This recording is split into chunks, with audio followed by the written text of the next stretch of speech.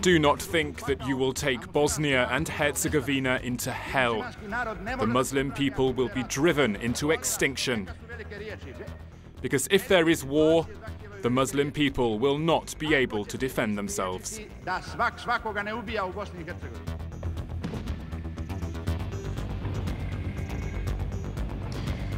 Radovan Karadzic speaking just a few months before the start of the Bosnian War, as he warned of the horrors to come.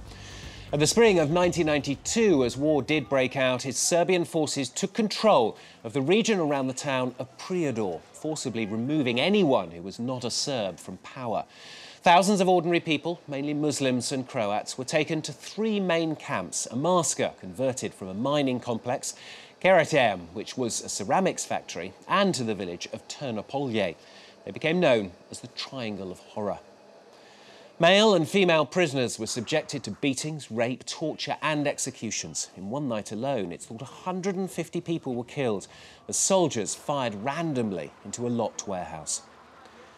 It was pictures which emerged of emaciated prisoners at those camps, reminiscent of Holocaust victims in Nazi death centres, which woke the world up to what was happening in the Bosnian War. They drew attention to the Serb campaign of ethnic cleansing. After Srebrenica, Prijedor is known as the second largest massacre of the Bosnian War. It is, of course, impossible to know how many people were killed, but mass graves continue to be found today. In total, there were about 3,000 victims in the region of Prijedor. Until now, 2,008 victims have been exhumed, identified and given back to their families. We're still looking for 1,200 victims. There were many detention camps near Prijedor, such as Amarska, Manjecha, Karatem. After they were killed in these camps, the victims were taken here, or to other similar sites. A dozen people have been convicted for their roles in the massacres. Dusan Tadic, a Serb politician sentenced to 20 years, and a series of officials and guards sentenced to between 3 and 25 years. International efforts continue to bring further prosecutions. And France 24's Séverine Bardon and Sébastien Lafarge have discovered that in Prijedor itself, while some deny what happened was as bad as the historians say, others just find it hard to forget.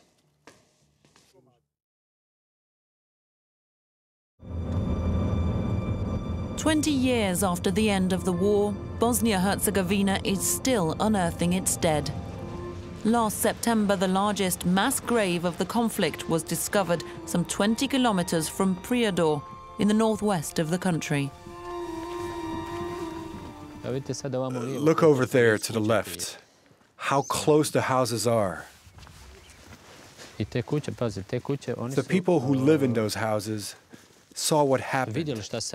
The excavators, the machines that dug here, they knew what was in the trucks that passed by their homes, but they said nothing for 20 years. Misrad Djuratovic was just 17 when Serbian militia attacked his village. He survived, but subsequently moved to Germany. 7 years later, though, he returned to Prijedor, and since then he's concentrated on one thing: finding the family he lost to the war. The first bodies were exhumed here, 8 meters down, and my family was found somewhere over here. We found the identity card of my uncle Esref first. So far, close to 400 bodies have been found in this mass grave in the village of Tomasica. Misrad has found 11 members of his family, so this summer he can finally build a tomb for his brother, his father and grandparents, his uncles, aunts and cousins.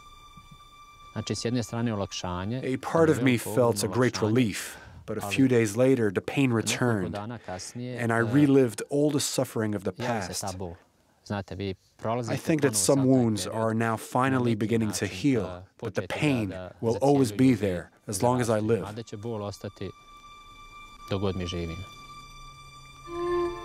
More than 3,000 people from the Prijedor region are still officially missing.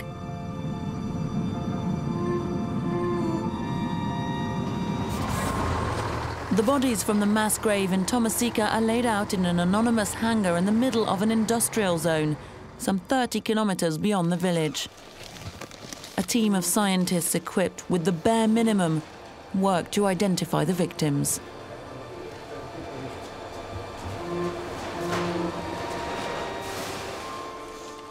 Go around the other side. Leave the bag open at the bottom. Is it dry? Yes, it's dry. On the bag's layer, take it out and put it on the bag. Elvira, pull it upwards. We are putting a little bit salt on tissue extracted from this case. It will dry out moist present at the moment.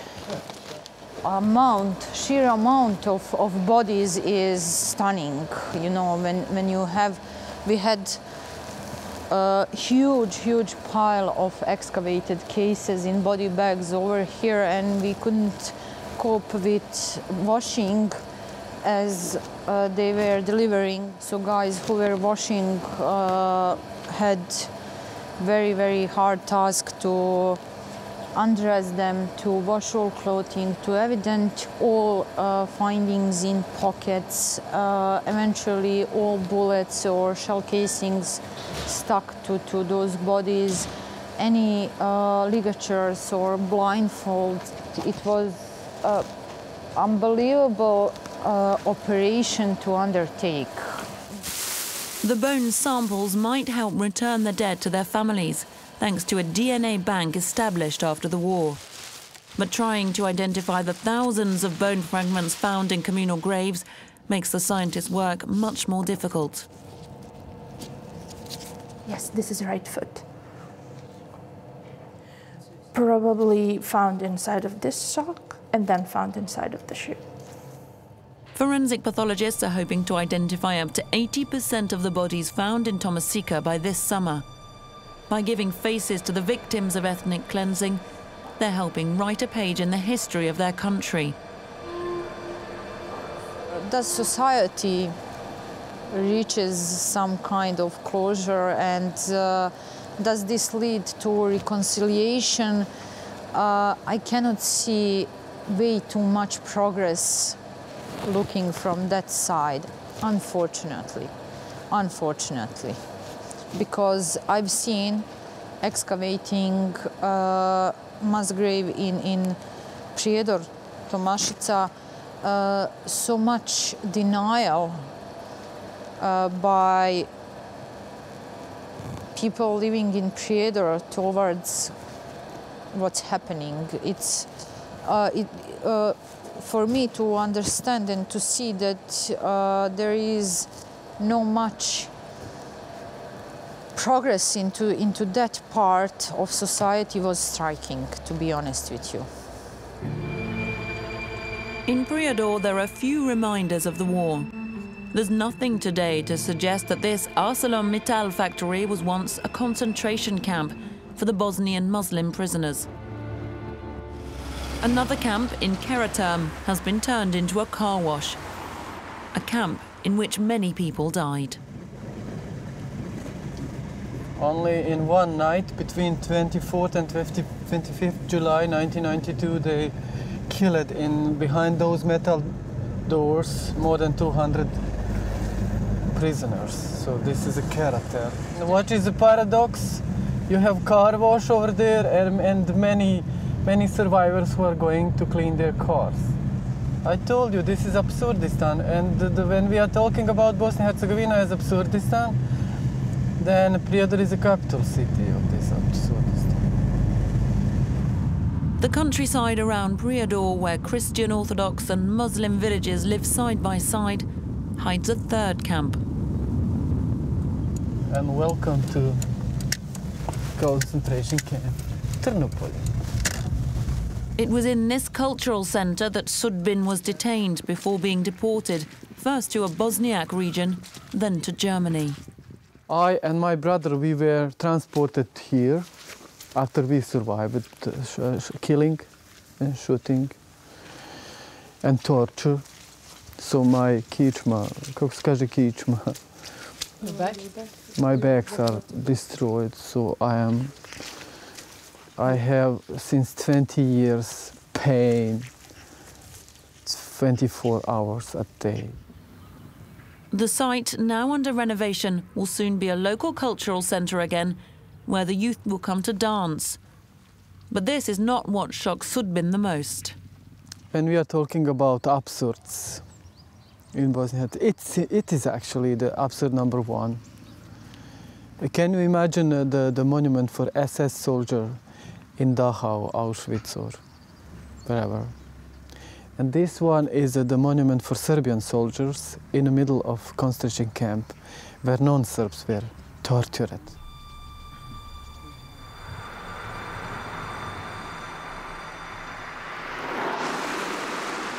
Before the war, Serbs were a minority in Prijedor. Today, they represent almost 90% of the population.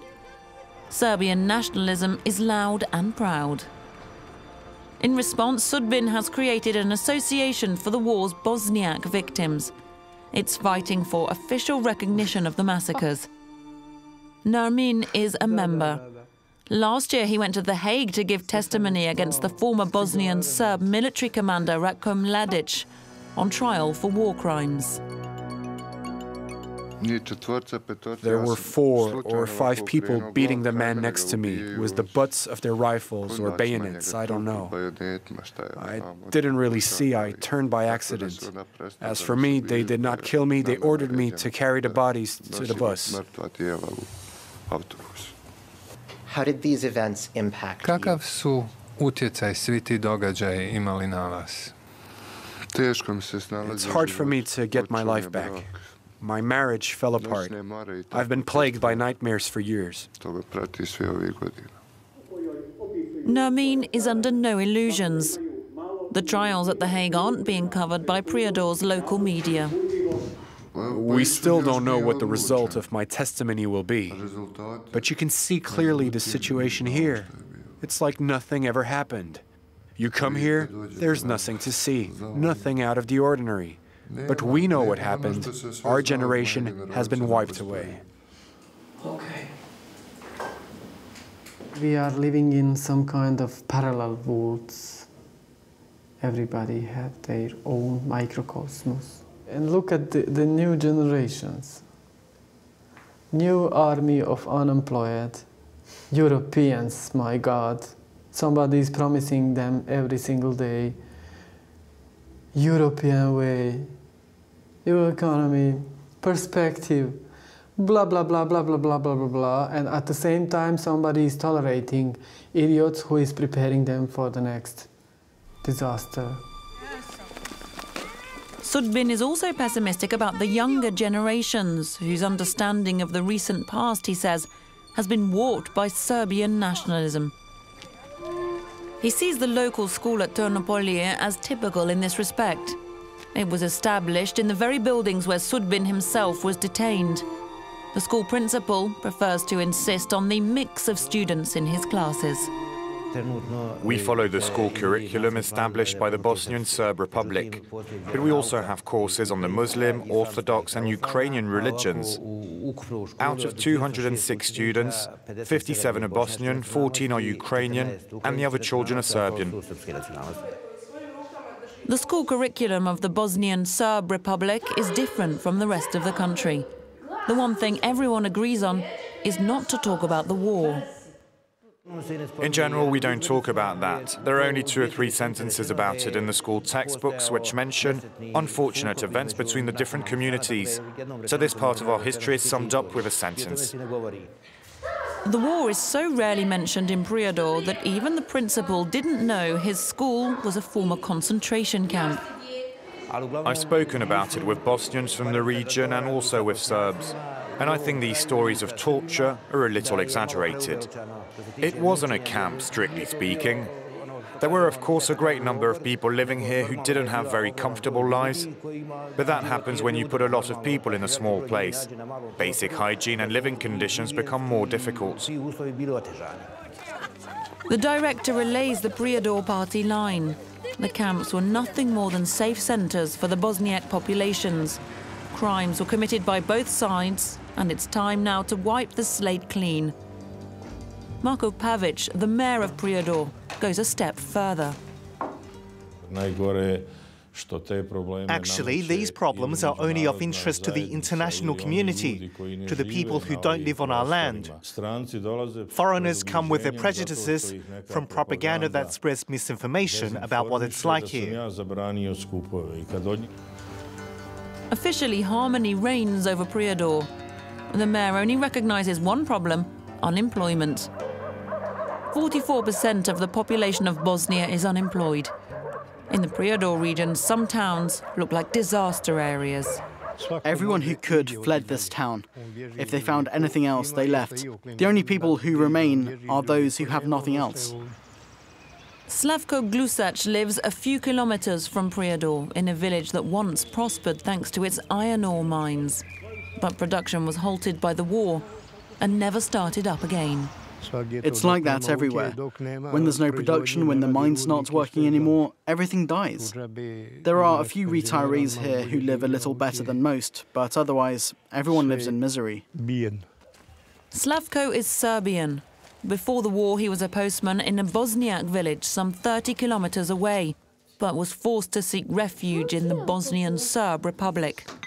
Neither he nor his wife have found any work. The family lives off €50 a month. Slavko only has one piece of advice for his son. Leave. I'll tell him tomorrow. Just cross the border and don't come back. Go on your way. Cross the border and run. There was a time when I didn't understand. I didn't pay attention, but my father once told me, this is the Balkans. My father before me fought a war, and I fought a war. Pray God that you don't fight one. But I also had to fight a war. Every generation has had a war to fight. So I will tell my son, these are the Balkans. I didn't listen to the advice of my father, but now I will say to my son, if you get the chance, you know.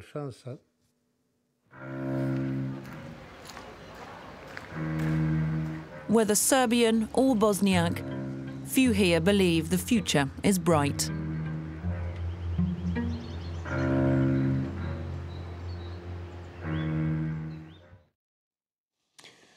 Life for those living now in Prijedor. Well, that is this week's edition of Revisited. More editions, of course, coming up here on Full Time Care. So do stay tuned for that. Thanks for watching.